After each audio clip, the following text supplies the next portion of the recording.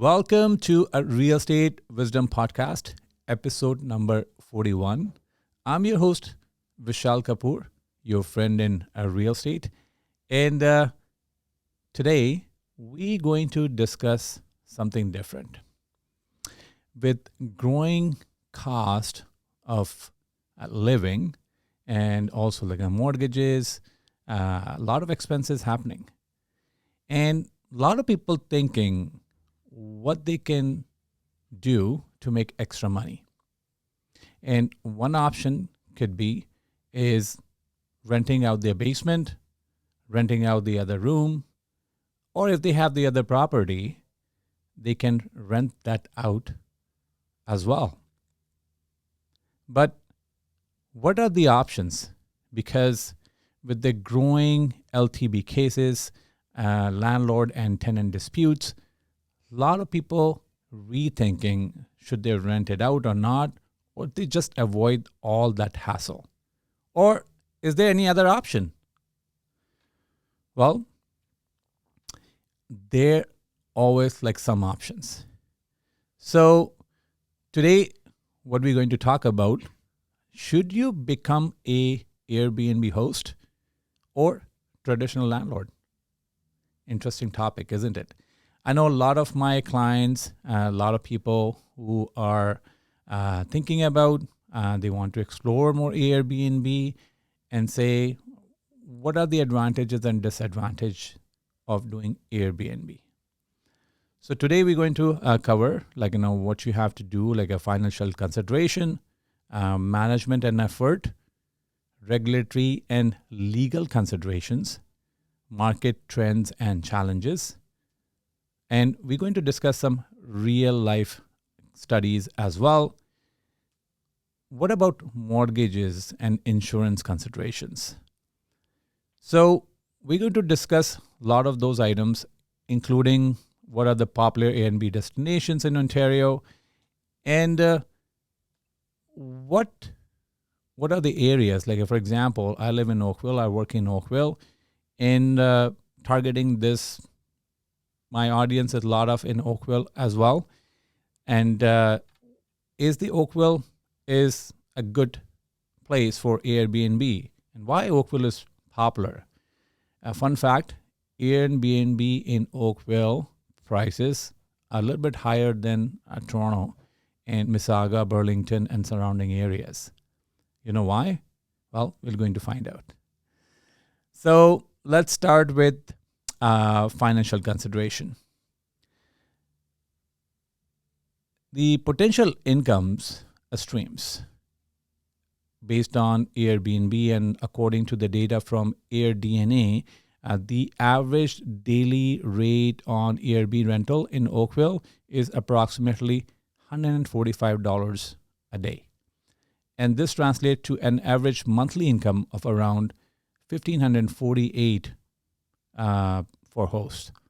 However, it is important to note that these figures can vary significantly based on factors like seasonality, property type, and market demand. On the other hand, traditional long-term rental in Oakville offer a more stable and predictable income stream. The average rent for a one-bedroom apartment is $2,396. I will say, approximately $2,400 per month, while a two-bedroom apartment commands an average of $2,800 to $3,000. And these figures have seen fluctuations over the past 5 years, with the recent decline of 19% in asking rents year over year. Yes, even the rental is on high demand at this moment, but it varies. Like some months it go higher, some months it go lower. And even there's not a lot of rentals are available, or they're moving pretty fast, depending upon type of property, again, depending upon the neighborhood and what people needs are. Most popular these days up to like 3,700.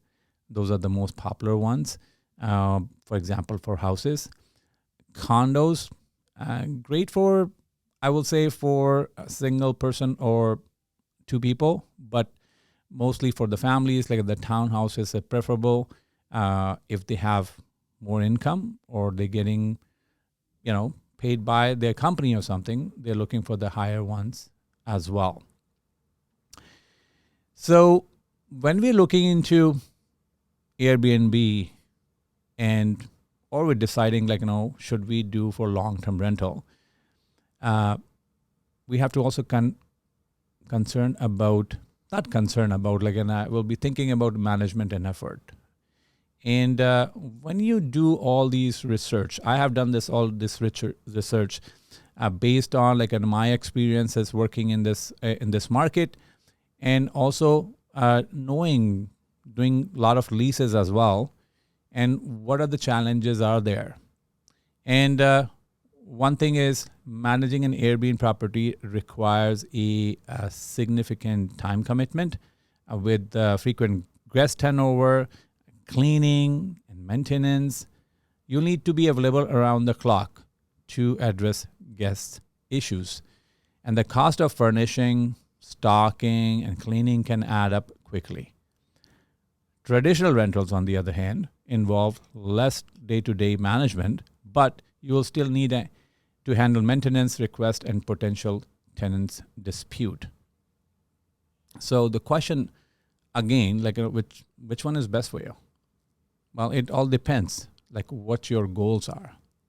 For example, I have done Airbnb on my own house, long time back actually.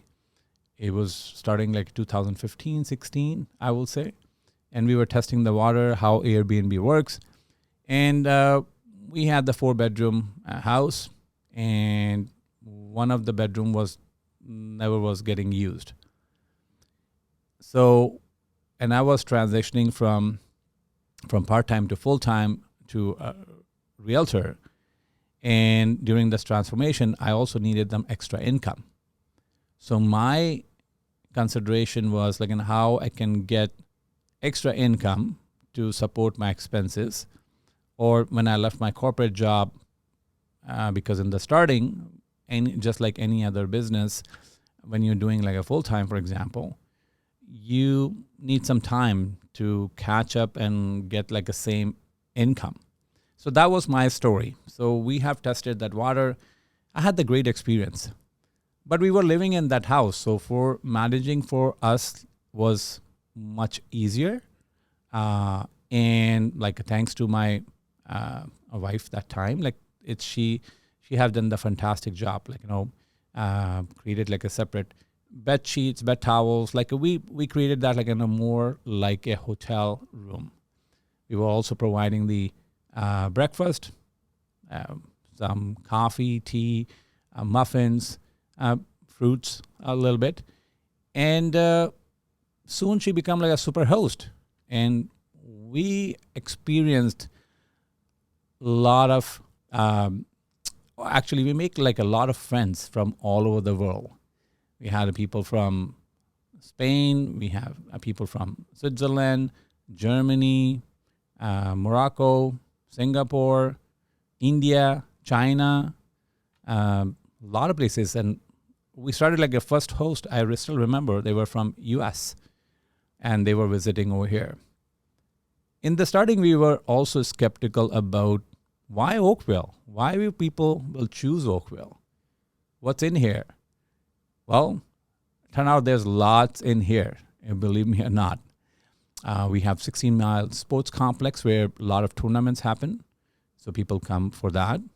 A lot of kids are studying in Sheridan College, so their parents come for short-term, looking for short-term rental. We also have a scenic and lake and also a lot of trails. People really enjoy those trails as well. A lot of great schools and a lot of people from Southeast Asia and Asia, they come over here and they bring their kids to study in these schools from high school. And they were looking for short-term rental or in-home, in-house student. They can stay stay home students. Sorry, and yeah, it was a great experience. We made like a lot of friends, and who still are friends, and we had the great experience by generating some extra income as well. But that situation might not be ideal for everyone, because say like a lot of people ask me, what about privacy? You know, so I will say like depending upon great things about Airbnb is like you can choose who you want to rent out to, who could be your guest, and who you don't want it. You can filter it out. If you want to give to couples only, you can do that.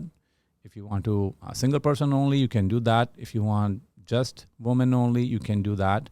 So there are different options in there. You can manage that. And I had the great experience. That time we needed some extra income. And after that, we didn't need it. Once I established my business and earnings started happening, we stopped doing that. So that time also, the one thing was not needed was regulatory and legal consideration. So these days in Oakville, you need to obtain a short-term accommodation operator license to legally operate an Airbnb. And I think like in most of the towns and cities doing that. That's extra income for that. But more importantly, they don't want to, it's already rental market is so hot. And when a lot of people doing short-term rental, traditional rental might get reduced and not available for people. So in order to get the STA operator license, this involves meeting various requirements such as property inspections, insurance, and adherence to local bylaws. Traditional rentals are governed by the Residential Tenancy Act, as we know, which provides a more straightforward regulatory framework, but also comes with its own set of rules and tenants' protections. So always need to consider what's it's going to be benefit for me. Is that the short-term goal, or we're looking to a long-term goal to renting that out? I know a lot of people have also bought the cottages up north, and they did Airbnb, and they make significant amount of money, which they won't get for long-term rental. First of all, it's more seasonal over here there, so it's more in that way. But even that in seasonal, they make so much money which cannot make for a full year if they rent it out. So it's work for people like that, and recognizing those kind of properties and investing in them. There are some challenges, but there are also the management companies who are managing your Airbnb if you have the investment properties. They charge anywhere from 10 to 15%, and but there's more cost involved in there too. So what are the market trends and challenges? Recent studies have shown that the rise of short-term rentals like Airbnb can impact local housing markets. For example, a study by McGill University found that between 2017 and 2019, the growth of short-term rental units accounted for 19.8% of rent increases in British Columbia. However, other studies, such as one from the Conference Board of Canada, found no compelling evidence that the Airbnb activity had a meaningful impact on rents across 19 Canadian cities. So, like I said, it depends. Sometimes it's hard to get that data as well. Airbnb data, you can get it, but also behind the scenes, what's happening, you don't know. So it's hard to say how much increase happened depending upon the inventory, but also a different kind of properties. Some of the properties not listed on MLS system, in the traditional way. There's different platforms people do on Marketplace, for example.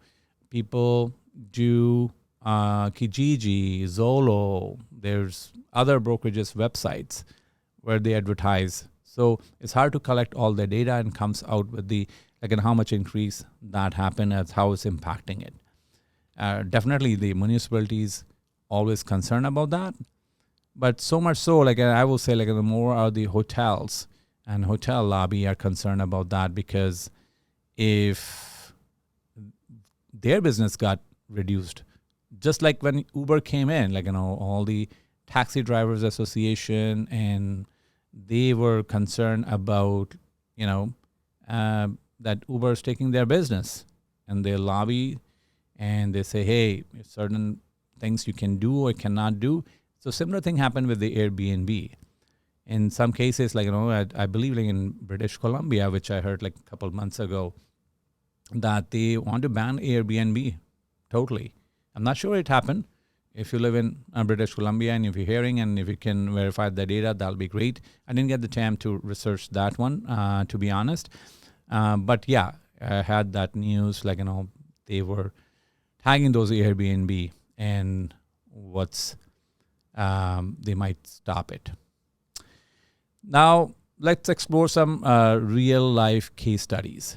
And I already mentioned my story, but look into like different places, how much Airbnb income you can generate, because it depends on place to place.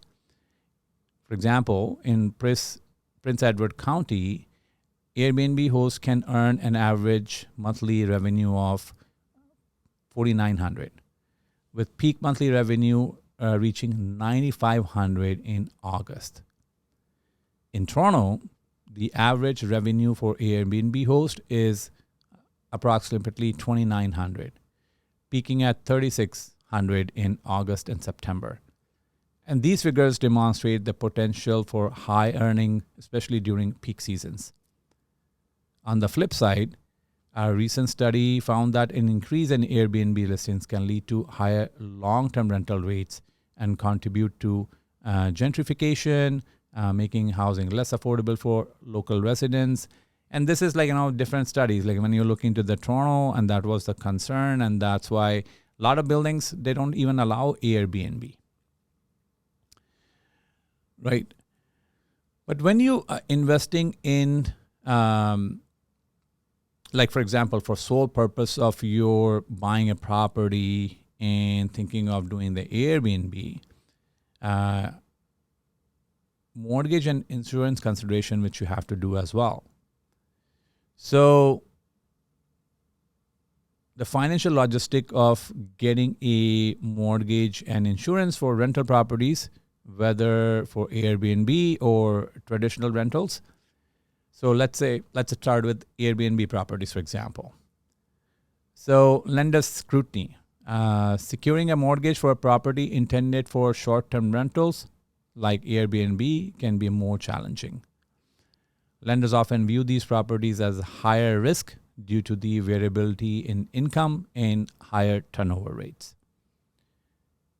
Income verification.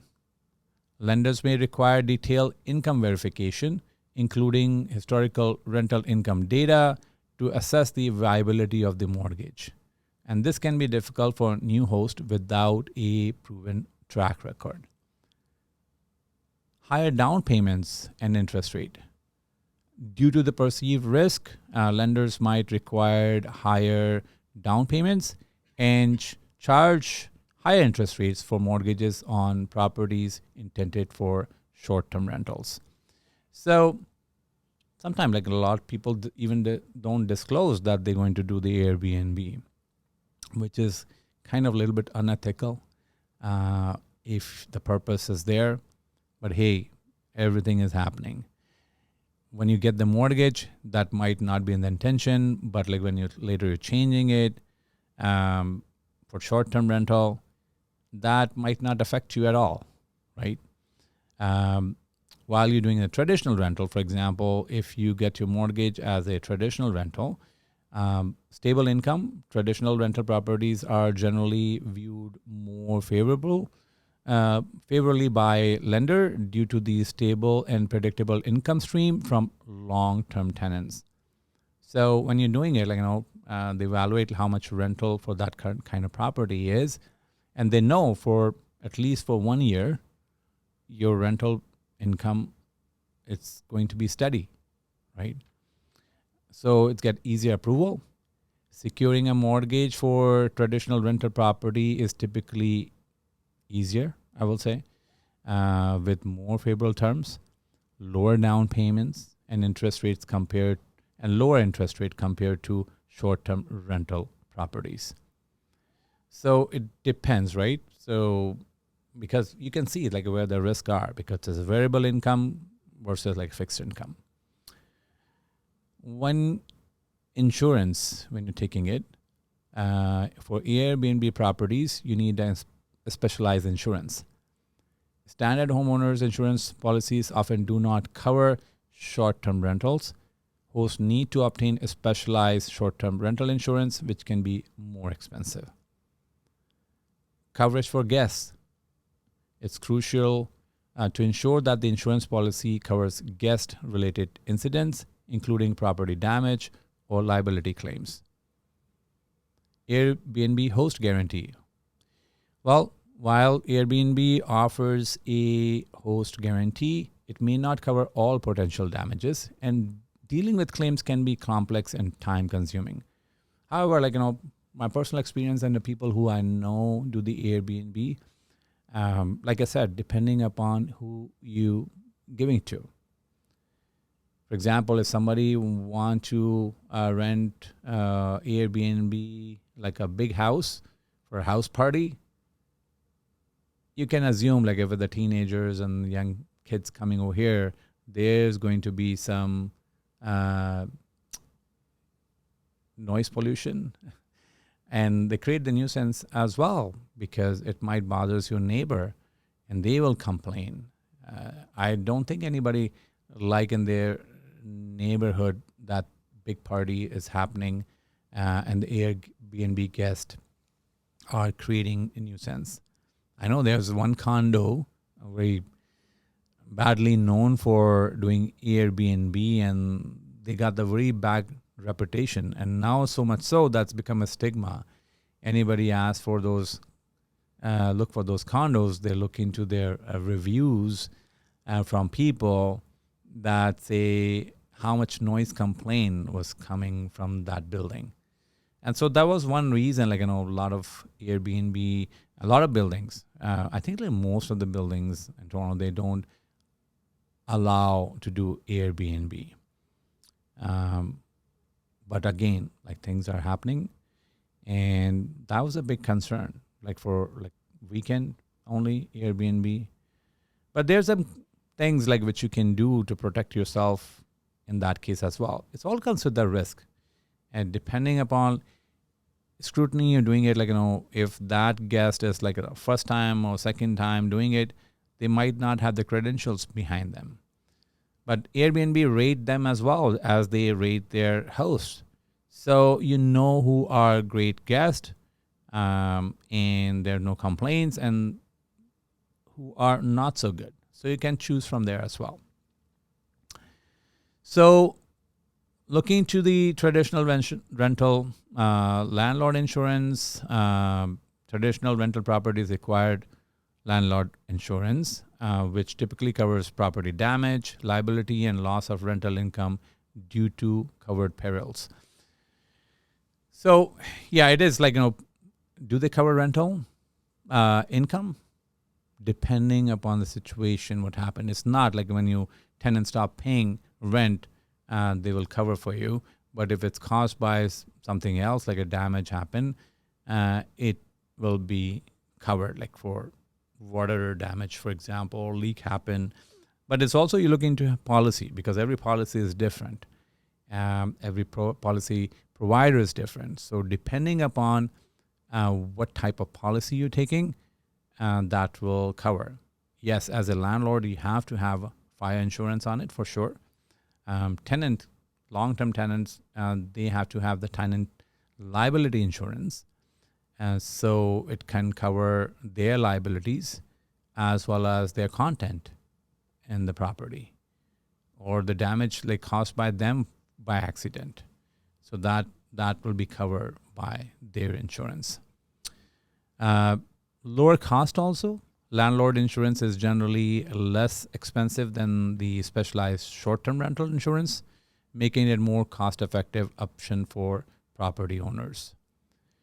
So the one thing which I was looking at the data, and I'll say I'll give you a little bit example on based on the provided sources, some detailed analysis of what you can realistically expect to earn from renting out a property on Airbnb in Oakville. And I just took the Oakville as an example, and you can apply this example to other places as well, depending upon all the other cost. So what we call the average daily rate and monthly income. The average daily rate for a short-term rental in Oakville is approximately $174.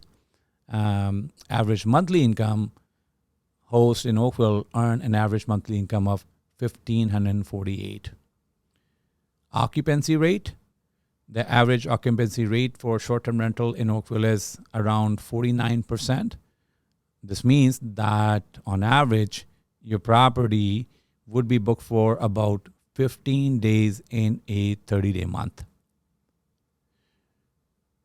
Now, when we're doing the monthly revenue calculation, if your property booked for 15 days at an ADR of $174, your gross monthly revenue would be $15 divided by times divided by per day, which equal to 2610, right? So depending upon a 15 days is doing and $174 per day, it's going to be $2,610. However, considering the average monthly income reported is $1,548. So while the calculation is happening, you were thinking about why I was saying $1,548. This suggests that the occupancy rate might be lower, or that there are additional cost and variations in booking patterns as well. So it can vary from depending upon the cost, how much, depending upon the property as well, because depending upon what amenities they have. For example, if you're doing in a South Oakville with the lake, nearby lake, it will be higher. While you're doing something in North, it might be lower, right? So depending upon the type of property, location, surroundings, amenities, there's a lot of consideration in there. The other thing which you have to look into is seasonal variations. Earnings can vary significantly with seasons. For example, during peak months like August, the demand occupancy rates are higher, potentially increasing your monthly revenue. So normal months, it's not that higher because the demand is not there. When demand is higher, definitely the prices are higher. Recently, I remember when this solar eclipse happened, and Niagara Falls, one of my client, he owned the property over there, and he rented out his property for $10,000 for that particular event, one night, one day and night, full day. And it was in a 4-bedroom, and when you go and get the hotel booking, it was costing you $3,000, while in this case he had the 4-bedroom, washrooms, he rented out $2,500 each. So he made that $10,000 in one day, but solar eclipse is not happening all the time, so that was one of the odd. I have the different client who owned the property in Godrej, and he had the property who he does a short-term rental, because some workers come over there for the salt mining and stuff, and sometimes their project is for 1 month, 2 months, and there's I think he has 3 or 4 bedrooms, and he rented out a much higher. He get much higher price point from there, getting those return. So all different kind of rentals happening, but let's get back, back to what we're saying about the cost. So seasonal variations is one, and the other additional cost you have to consider is management fee. If you use a property management service, there's several are available, and even some of the realtors have also started doing that. Airbnb management and some property management companies are started doing that as well. Even few people approach me that if I want to do that for them because of my experience from Airbnb before. So yeah, I did consider that. I haven't hosted yet. Maybe I'll help someone to see how I can help them actually. I do know what I have to do in order to maintain it so you can be hassle free. So if you're looking to that, management companies, they charge 15% for full service hosting, and this fee would reduce your net income for sure. Cleaning and maintenance, right? Regular cleaning and maintenance costs need to be factored in, which can vary depending on the frequency of guest turnover. You can also put your things they have to clean the bed sheets, or you're going to provide that many bed sheets, bed cover. It's like laundry is going to happen every day. Do we change our bed sheets and covers every day? So it all depends. But there's a cost.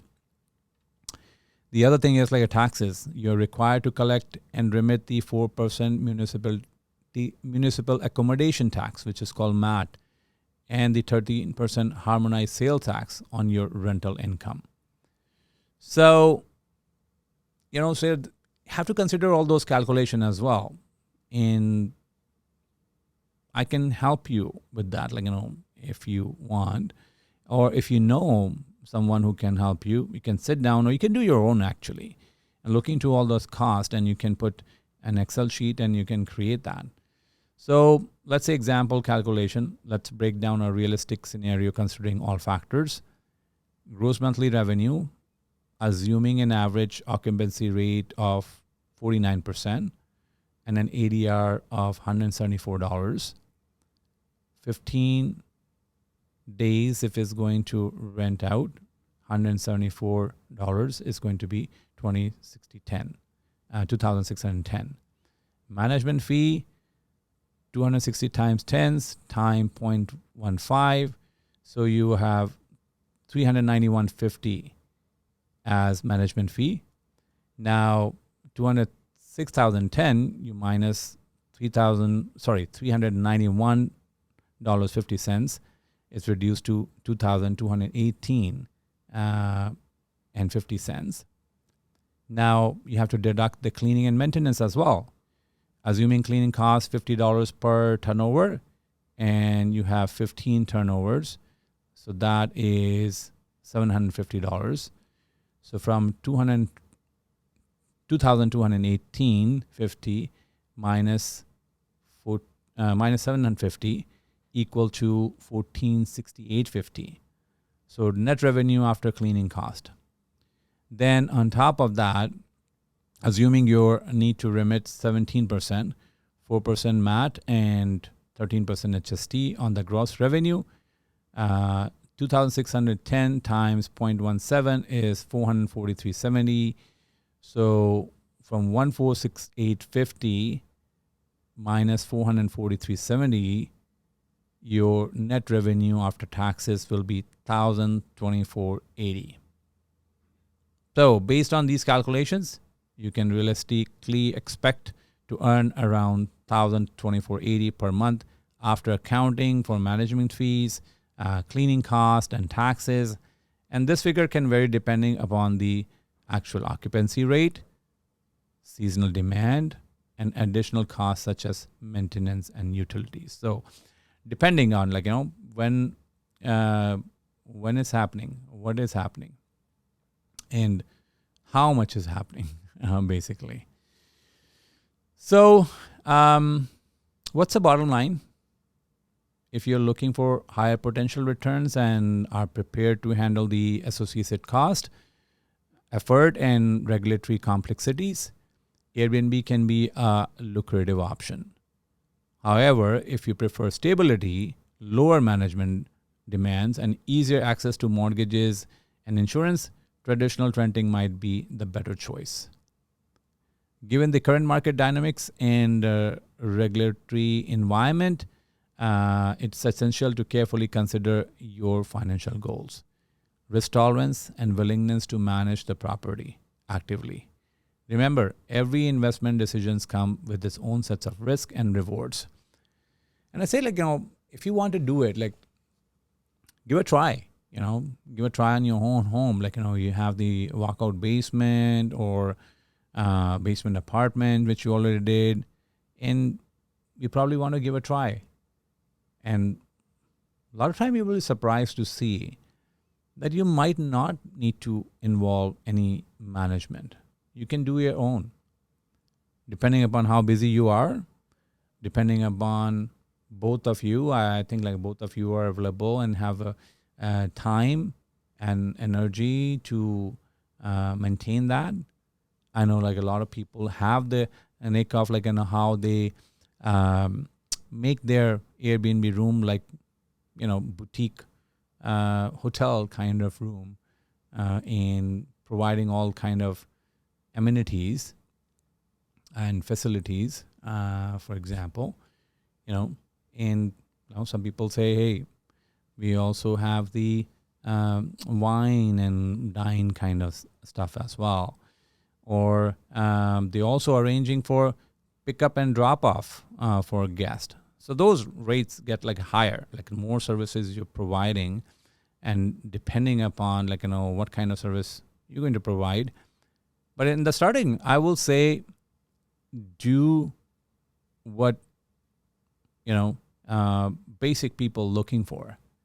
Do some research as well from your own experience when you did the experience, Airbnb, for example. And if you've done it, that you know what you were expecting and what things you have seen.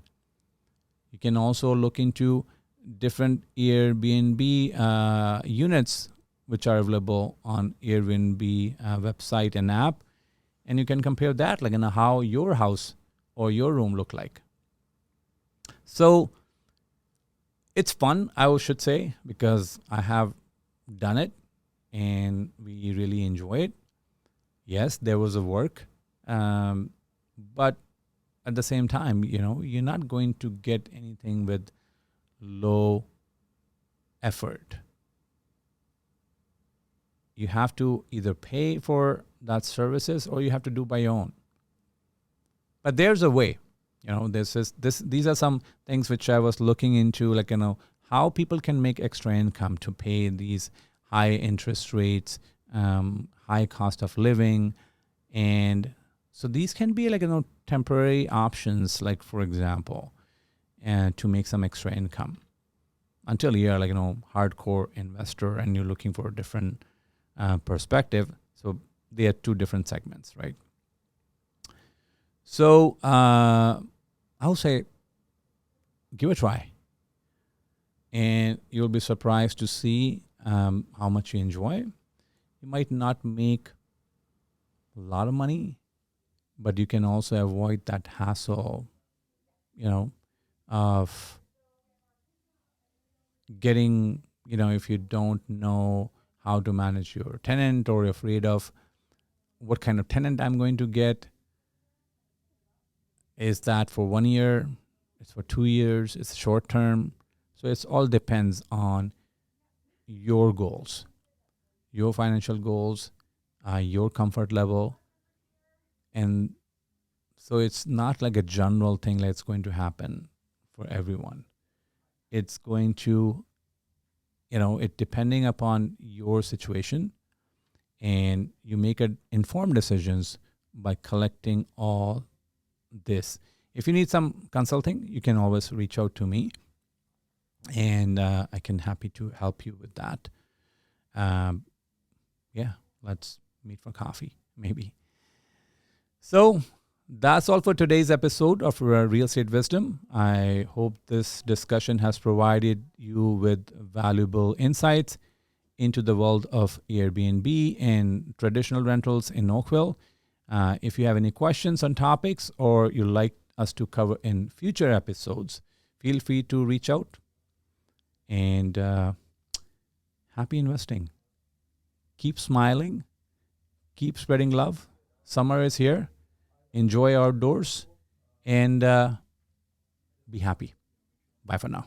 And this podcast is for informational purpose only and should not be considered as financial or investment advice. Consult with your professional before making any real estate decisions.